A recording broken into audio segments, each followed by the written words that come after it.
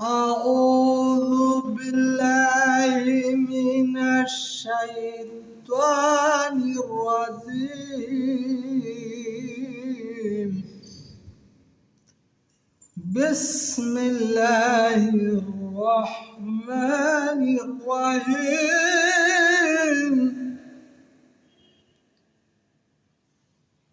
قل إن كنتم تحبون الله فاتبعوني يحببكم الله ويغفر لكم ذنوبكم والله غفور رحيم.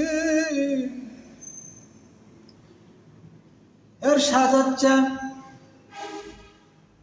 আল্লাহ পাক বললেন, তোমরা যদি আমাকে ভালোবাসো, আমার রাসূলের অনুসরণ করো, আমি তোমাদেরকে ভালোবাসবো এবং তোমাদের ক্ষমা করে দিব জীবনের সমস্ত গুনাহসমূহ। আল্লাহ পরম ক্ষমাকারী ও দয়ালু। সুবহানাল্লাহ।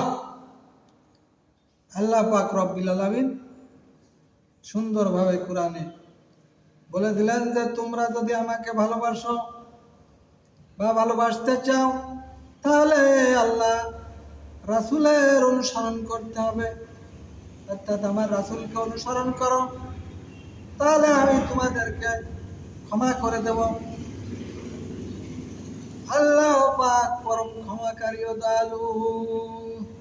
আল্লাহু আকবার। এখন এই রাসূলের অনুসরণটা কি, অনুকরণটা কি, এই সম্পর্কে কিছু বলার চেষ্টা করব।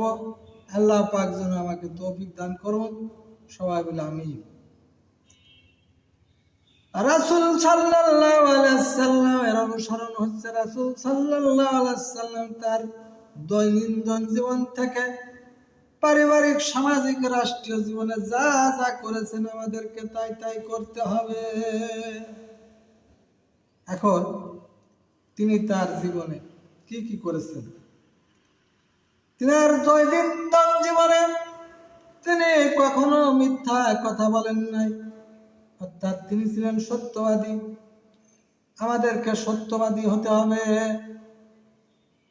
তিনি ছিলেন চরিত্রের দিক থেকে সর্বশ্রেষ্ঠ চরিত্রবান।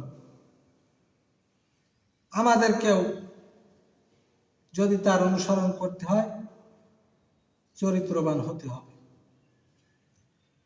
আল্লাহর রাসূল সাল্লাল্লাহু আলাইহি সাল্লাম তার ব্যক্তিগত জীবনে ব্যক্তিগত কোনো কিছু নিয়েই কাউকে কষ্ট দেন নাই। আসলে কথা বলতে সহজ, আমলে আনতে কঠিন।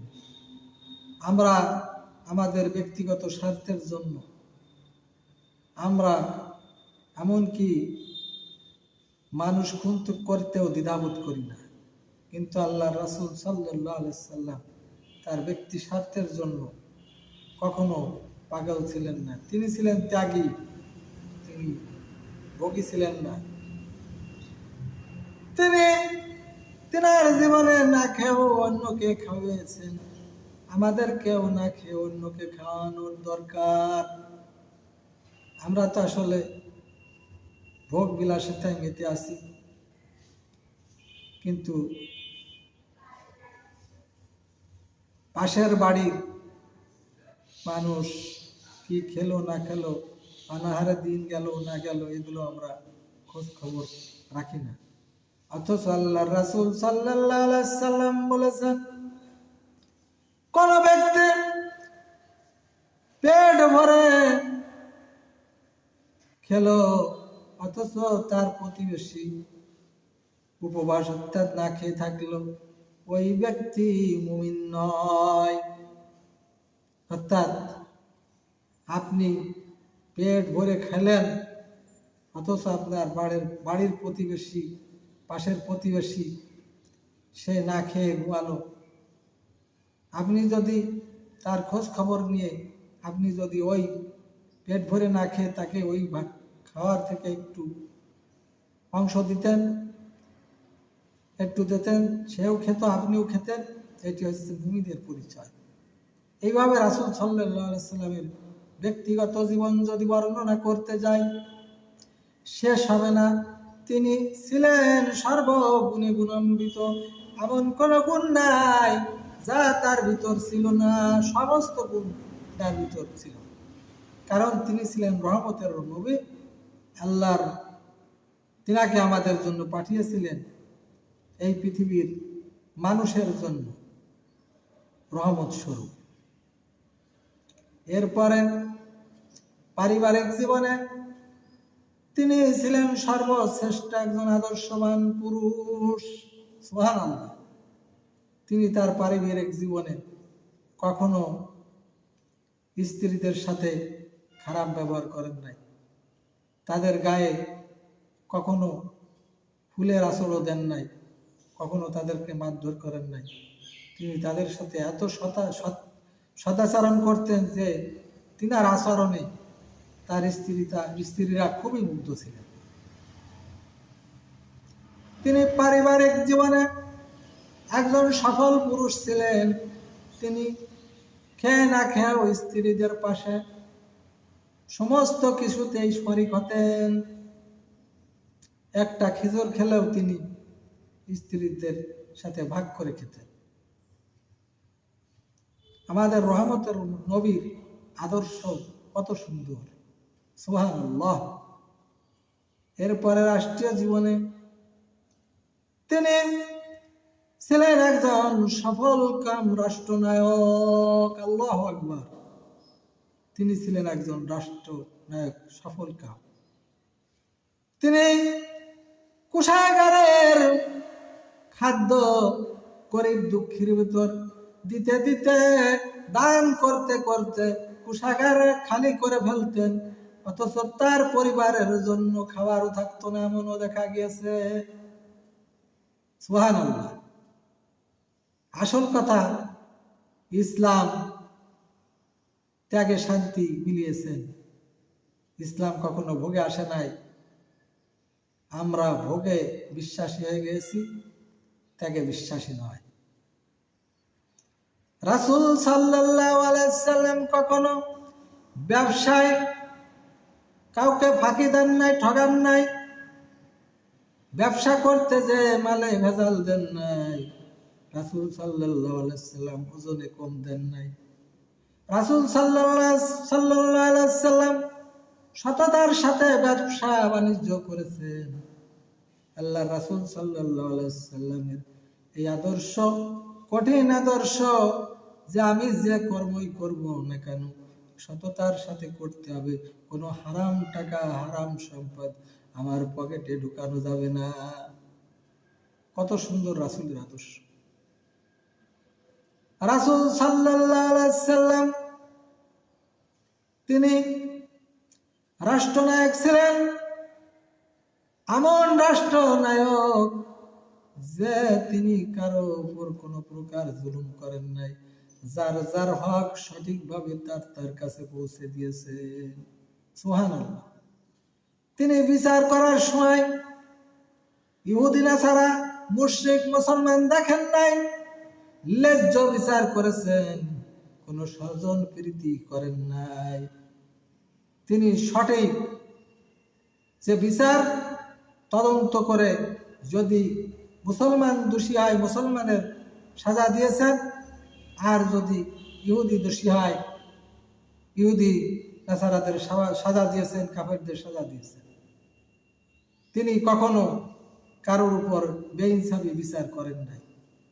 সে মুসলমান হোক আর তার নিজস্ব কোনো স্বজন আত্মীয় স্বজন হোক, কখনো তিনি অন্যায় বিচার কারো উপর চাপাই দেন নাই। এই জন্যই আমাদেরকে বিচার ফয়সালা করতে হবে, ন্যায় বিচার। আল্লাহর দেওয়া বিধান অনুযায়ী রাসূল সাল্লাল্লাহু আলাইহি সাল্লাম বিচার ফয়সালা করেছেন। তৎকালীন ইসলামের খিলাফতের দায়িত্ব নিয়ে রাসূল সাল্লাল্লাহু আলাইহি সাল্লাম কুরআন অনুযায়ী আল্লাহর যে বিধান দেওয়া আছে, ফয়সালা আছে, সেই ফয়সালা অনুযায়ী বিচার করেছে। এই আল্লাহর কোরআনের বিধান, এই ফয়সালা, এই রাষ্ট্র চালানোর জন্য, কোরআনের রাষ্ট্র প্রতিষ্ঠার জন্য আল্লাহ রাসূল সাল্লাল্লাহু আলাইহি সাল্লাম এবং তিনার সাহাবীরা ময়দানে জিহাদ করেছেন, যুদ্ধ করেছেন। আমাদেরকেও জিহাদ যুদ্ধ করতে হবে আল্লাহর জমিনে আল্লাহর বিধান বাস্তবায়ন করার জন্য, কোরআনের আইন চালু করার জন্য।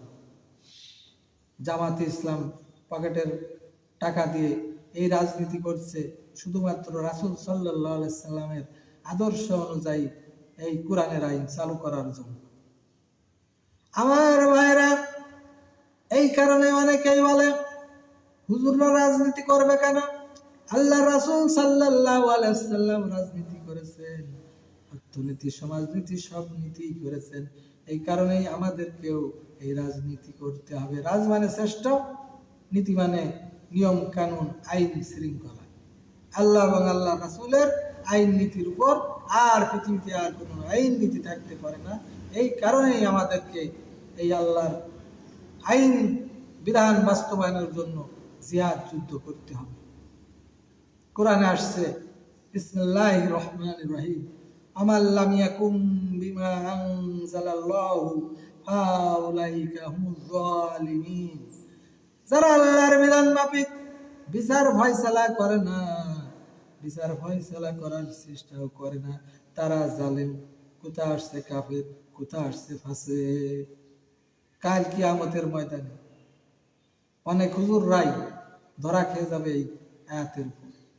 যখন আল্লাহ এই আয়াত ছুড়ে দেবেন যে যারা আমার আইন অনুযায়ী বিচার ফয়সালা করার চেষ্টা করো নাই তারা জালেম, আজ তোমাদের জন্য জাহান্নাম। তখন নামাজ রোজা যাই পড়ি না কেন, আল্লাহর বিধানের বিপক্ষে গেলে, আল্লাহর আইনের বিপক্ষে গেলে, আল্লাহর দ্বীনের বিপক্ষে গেলে, ইসলামের বিপক্ষে গেলে কোনো কিছুই কাজে আসবে না। এই কারণে ভাইরা, আল্লাহ রাসূল সাল্লাল্লাহু আলাইহি সাল্লামের আদর্শ অনেক সারা রাত্র আলোচনা করলে, সারা দিন আলোচনা করলেও আল্লাহ রাসূল সাল্লাল্লাহু আলাইহি সাল্লামের যে জীবন অনুসরণ, এই আলোচনা করে শেষ করা যাবে না। আমরা বেশি বেশি করে রাসূল সাল্লাল্লাহু আলাইহি সাল্লামের জীবন ইতিহাস পড়ব এবং কোরআন অনুযায়ী আমাদের জীবন চালাবো। কারণ পূর্ণাঙ্গ কোরআনটাই ছিল রাসূল সাল্লাল্লাহু আলাইহি সাল্লামের জীবন। আসুন আমরা আল্লাহর দল করি, আল্লাহর রাসূলের দল করে, যাতে কাল কিয়ামতের ময়দানে আল্লাহর রাসূলের দলে ভুক্ত হয়ে আমরা নাজাত পেতে পারি। আসসালামু আলাইকুম।